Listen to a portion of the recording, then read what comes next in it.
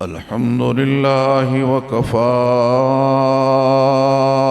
वस्सलातु वस्सलामु अला सय्यिदिल रुसुलि व ख़ातमिल अंबिया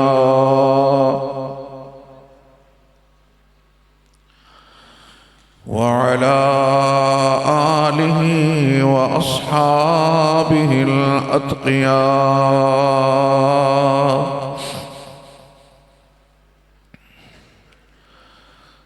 अम्मा बादु फ़अऊज़ु बिल्लाहि मिनश शैतानिर रजीम।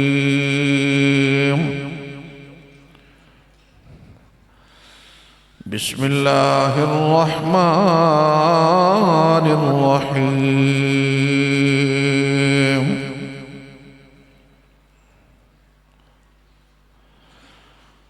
फला उक़सिमु बिमवाक़िअन नुजूम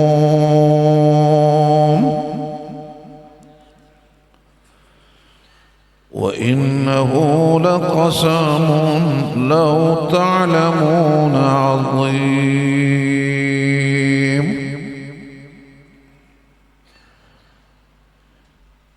इन्नहु लक़ुरआनुन करीम।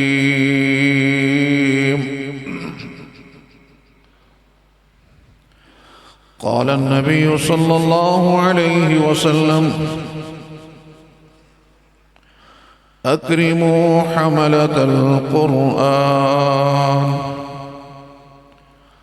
फमन अक्रमहुम फ़क़द अक्रमनी वक़द अक्रमनी फ़क़द अक्रमल्लाह।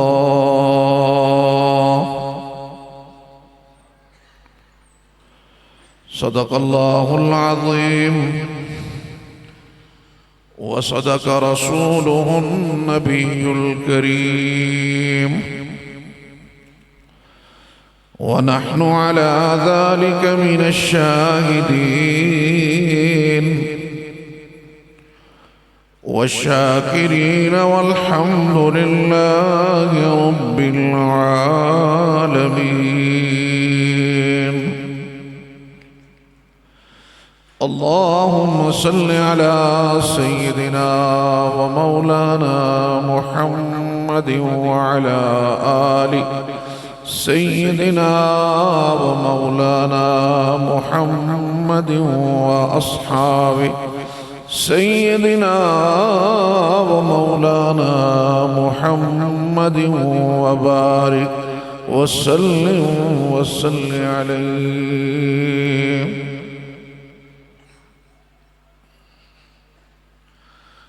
कहाँ वो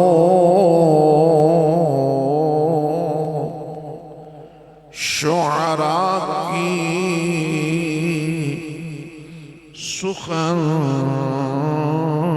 सुख़नदानी में है,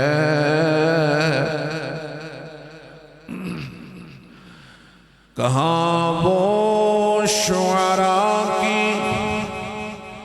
सुख़नदानी में है, जो मज़ा जो कैफियत आयते कुरानी में है।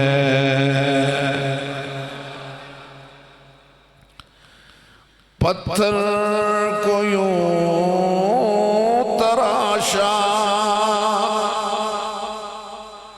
नगीना बना दिया, सहरा को मुस्कुरा कर मदीना बना दिया। दोनों जहां के फूलों की खुशबू समेट कर, दोनों जहां के फूलों की खुशबू निचोड़ कर रब ने मेरे नबी का पसीना बना दिया। नमाज वाला दरूद बाबा से बुलंद पढ़ने, इधर वाले भी उधर वाले भी। अल्लाहुम्मा सल्ली अला मुहम्मद व अला आलि मुहम्मद कमा सल्लैता अला इब्राहीम व अला आलि इब्राहीम इन्नका हमीदुम मजीद। अल्लाहुम्मा बारिक अला मुहम्मद व अला आलि मुहम्मद कमा बारकता अला आलि इब्राहीम।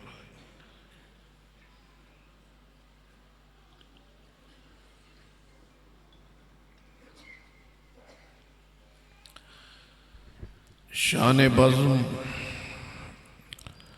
जान बज़्म, हज़रात उलमाए किराम,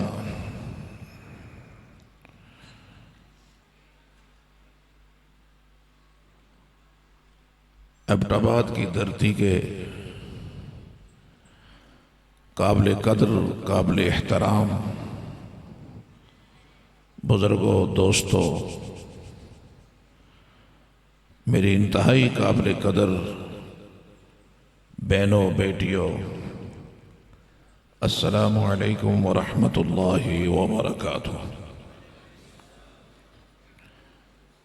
जवाब सबका नहीं आया है। अस्सलामु अलैकुम व रहमतुल्लाहि व बरकातुहू।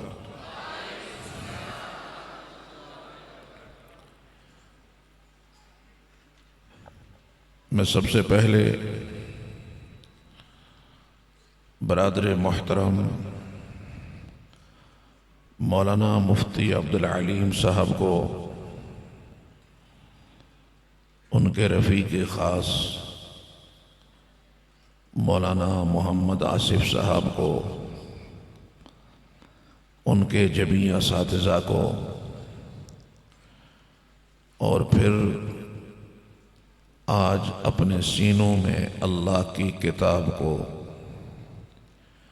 महफूज रखने वाले इन मासूम बच्चों को, इनके वालिदैन को, इनके अजीज़ो अकारिब को दिल की गहराइयों से कलिमात तहसीन और तबरीक पेश करता हूँ। अल्लाह रब्बुल इज़्ज़त इन बच्चों को अपने वालिदैन के लिए, इस मुल्क के लिए खैर व बरकत का ज़रिया बनाए। मेरे बहुत ही काबिल एहतराम दोस्तों, इदारे की कारकर्दगी देखी, दिली खुशी हुई। और वैसे भी एबटाबाद मारूफ है तालीम के हवाले से।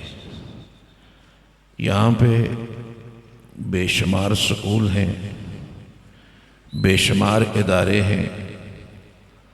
वहीं पे दीनी तालीम के एतबार से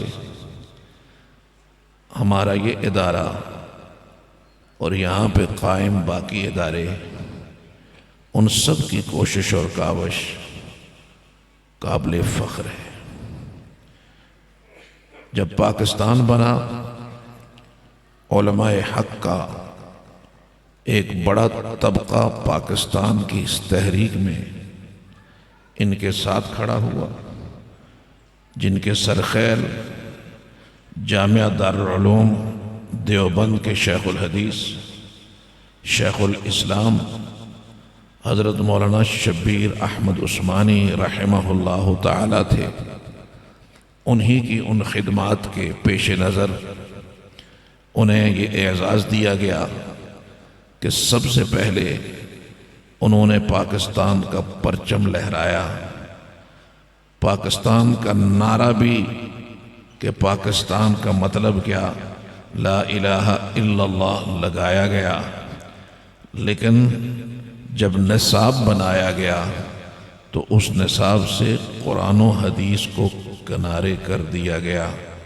हमारे अकाबिर ने कहा कि हम इंतज़ार करते रहे, ये नहीं कि पाकिस्तान बना फौरन मदरसा बन गया ना, 4 साल तक इंतज़ार किया और हुकूमत को कहा कि अपने निसाब का हिस्सा बनाए किताब और सुन्नत को, कुरान और हदीस को। लेकिन हुकूमत ने मायूस किया, हुकूमत ने माजरत की कि हम कुरान और सुन्नत को अपने निसाब का हिस्सा नहीं बना सकते। लॉर्ड मिकाले का दिया हुआ निसाब हमारा तालीमी निसाब बना और किताब और सुन्नत को किनारे कर दिया गया। अब क्या हुआ, उलमा ने अब छोटे छोटे इदारे कायम किए और इंतहाई नागुफ्ता बेसूरत हाल में, कोई फंड नहीं है, कोई ठिकाना नहीं है, कोई इमारत नहीं है, कोई किसी तरह का कोई ज़ाब्ता नहीं है। बड़ी मुश्किलों से छोटी छोटी मस्जिदों में कुरान के मकतब बनना शुरू हो गए। लोगों की तवज्जो उस तरफ मबजूल होने लगी, ये इदारे आहिस्ता आहिस्ता बढ़ने लगे। दूसरी तरफ गवर्नमेंट ने उस लॉर्ड मिकाले के तालीमी निज़ाम को आगे बढ़ाने के लिए क्या किया, अरबों रुपए का फंड तालीम के लिए मुख्तस किया और फिर अरबों नहीं खरबों रुपए उस पर लगाए। आज पाकिस्तान में यूनिवर्सिटियों की एक लंबी लाइन लगी हुई है और इस वक्त 100 से भी ज़ायद यूनिवर्सिटियाँ इस वक्त पाकिस्तान के अंदर आपको नज़र आएंगी, जिनमें तालीमी हुजम में बहुत बड़ी तादाद उसमें मौजूद है।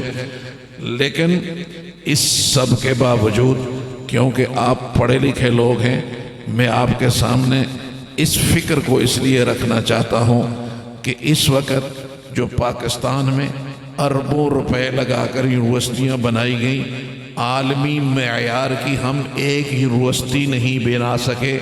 आज दुनिया की जो टॉप क्लास 500 यूनिवर्सिटियाँ हैं, उनमें हमारी कोई एक यूनिवर्सिटी भी नहीं है।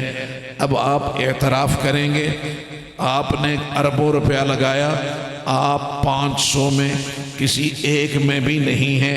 दूसरी तरफ मदरसा बनाया गया और मदरसा गवर्नमेंट की किसी तरह फंडिंग उसमें नहीं है, किसी तरह का कोई ताउन नहीं है। महज आपके चंदों पर, महज आपके जो है वो ताउन पर मदरसे बनाए गए और हमारे उलमा ने दयानत और अमानत को बुनियाद बनाया, मदरसे को और आगे बढ़ाया।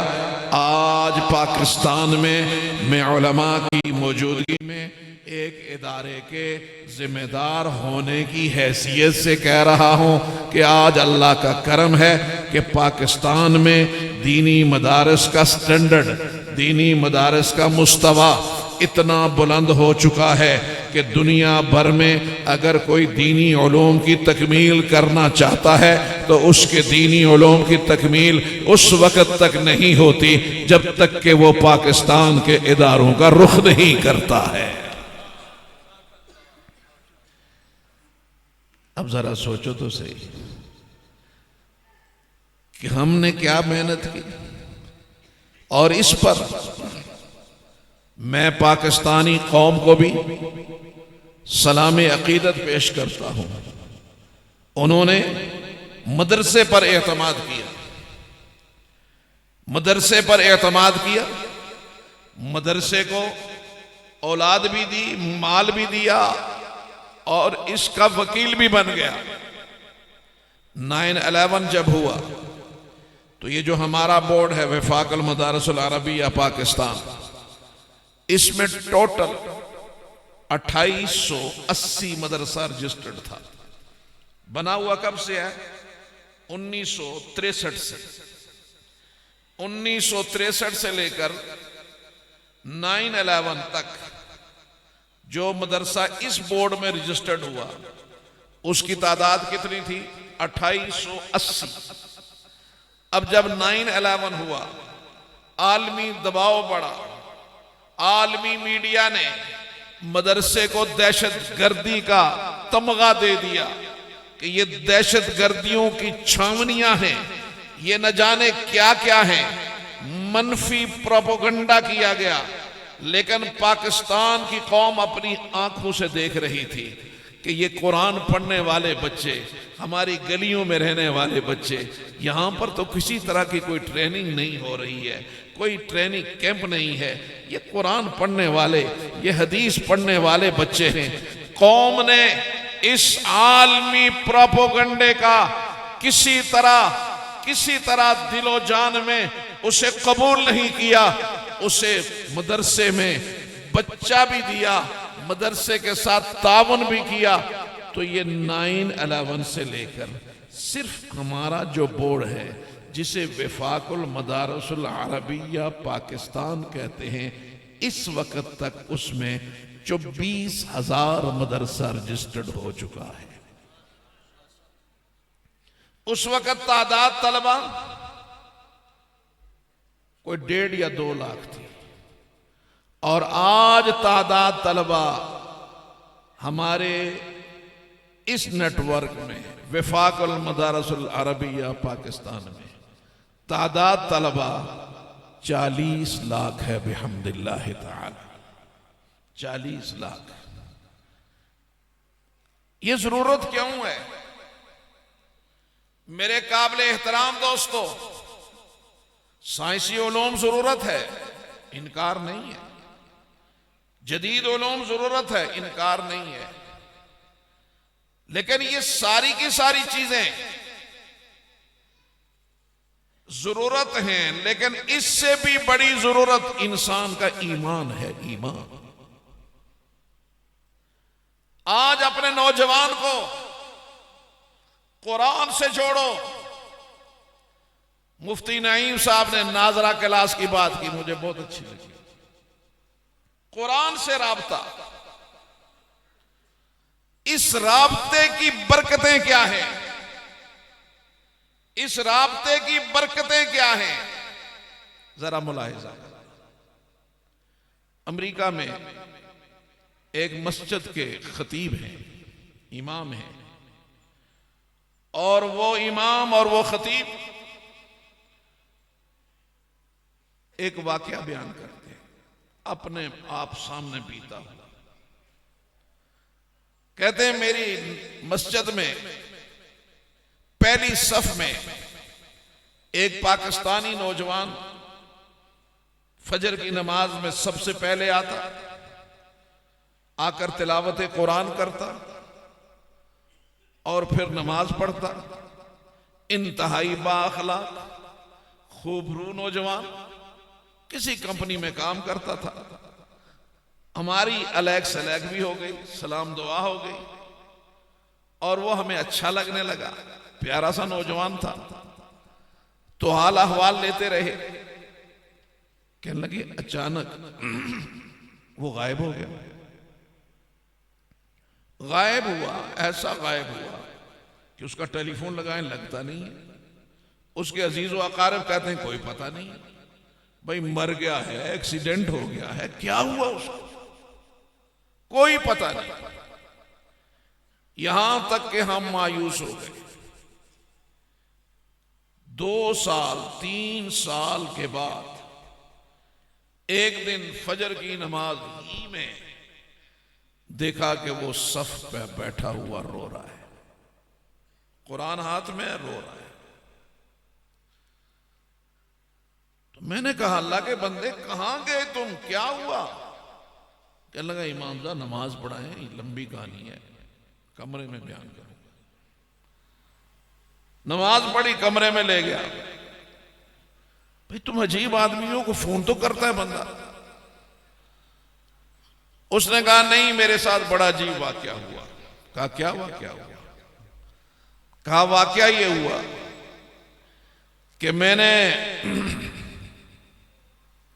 मैं जिस कंपनी में काम करता था, जॉब करता था, वहां मेरी एक कोलीग अमेरिकन खातून थी।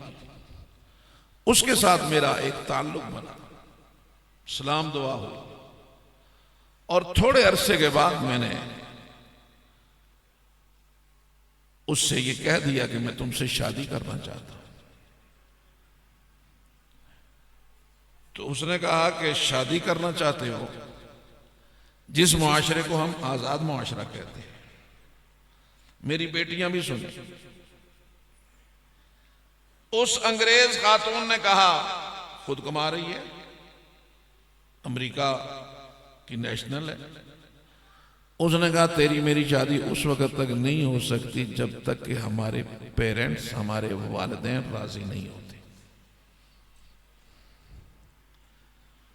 आज हमारी बेटियां, अफसोस के साथ कहना पड़ता है, अल्लाह उनके ईमानों की हिफाजत फरमाए। ये जो मोबाइल की एक तूफान आया हुआ है, इसने घरों के घर तबाह कर दिए। वो आजादी में पलने वाली गैर मुस्लिम खातून कहती है जब तक मेरे वालिदैन के साथ बात नहीं करोगे शादी नहीं होगी। मैंने कहा करेंगे बात, कौन सी इसमें।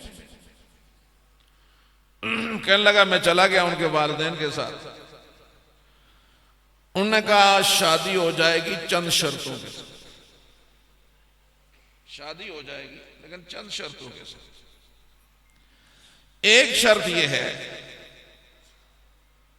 कि तुमने अपने दोस्तों से ताल्लुक को काट देना है, कोई ताल्लुक पाकिस्तानी किसी दोस्त से नहीं। मैंने कहा ठीक। दूसरी शर्त यह कि तूने पाकिस्तान भी नहीं जाना। मैंने कहा ठीक है, रिटर्न तहरीर। तीसरी शर्त यह कि तुमने दीन को भी खैराबाद कह देना है। कहने लगा मैं उसकी मोहब्बत में इतना अंधा हो चुका था कि मैंने ये शर्त भी मान ली, मैंने ये शर्त भी मान ली। चौथी उन्होंने कहा कि हम हर इतवार को इबादत के लिए गिरजाघर जाते हैं, तुम्हें जाना होगा। मैंने कहा बिल्कुल चलूंगा। इन शराइत के साथ हमारी शादी हो गई। जो बात बताने की है वो बड़ी अहम है। शादी हो गई, हमने अलग मकान लिया, रहने शुरू कर दिया। कहने लगा मैं अपने कमरे से जो सामान लेके गया था, जो बुक्स लेके गया था, उनमें कुरान करीम भी था। मैंने कुरान करीम को ऊपर रख दिया और बाकी बुक्स को रखा। जिंदगी चलने लगी। अब वो कहने लगा कि जब मैं सुबह ऑफिस के लिए तैयार होता, गुस्ल वगैरह करके,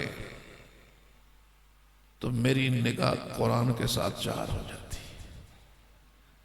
कुरान खामोशी से मुझे बुला रहा होता, खामोशी से बुला रहा होता था, मुझे दावत दे रहा होता था, कहां चले गए हो, मुझे क्यों छोड़ दिया। बस मैं सर झुका के चला जाता। पर रोजाना का मामूल बन गया, मेरी निगाहें उठ जाती बेइख्तियार और कुरान मासूमियत से मुझे अपनी तरफ बुला रहा होता था। मैं उसके अल्फाज को भी समझता था कि ये मुझे दावत दे रहा है। पढ़ा नहीं, पढ़ना बंद कर दिया, सिर्फ कुरान रखा हुआ था सामने। कहने लगा जिंदगी चलती रही, मेरा मामूल बन गया, रोजाना 2 मिनट सिर्फ कुरान को देखता था। एक दिन आया तो देखा वहां नहीं है कुरान। कहने लगा मेरी जिंदगी में ऐसा झटका लगा कि जैसा मेरा सब कुछ लुट गया। मैं तड़प कर कहने लगा कि ये क्या हुआ। मेरा जिगरी दोस्त जिससे सुबह चंद लम्हे निगाहें मिलाकर मैं तस्कीन हासिल करता था, वो किधर गया? बेगम से पूछा, उसने कहा आज मैंने सफाई की घर की। तो मैंने कहा वो होली बुक किधर छोड़ी? उसने कहा ना तुम पढ़ते हो ना मैं पढ़ता हूं।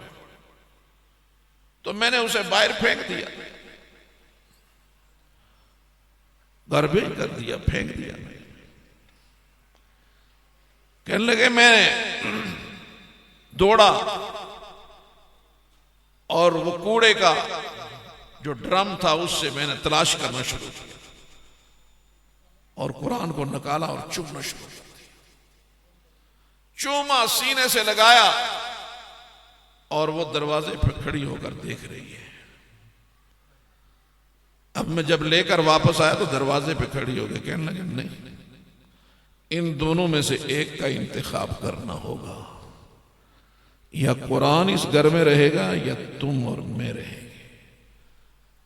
कहने लगे कुरान की दोस्ती ने मेरे मरे हुए ईमान को जिंदा कर दिया। अल्लाह अकबर।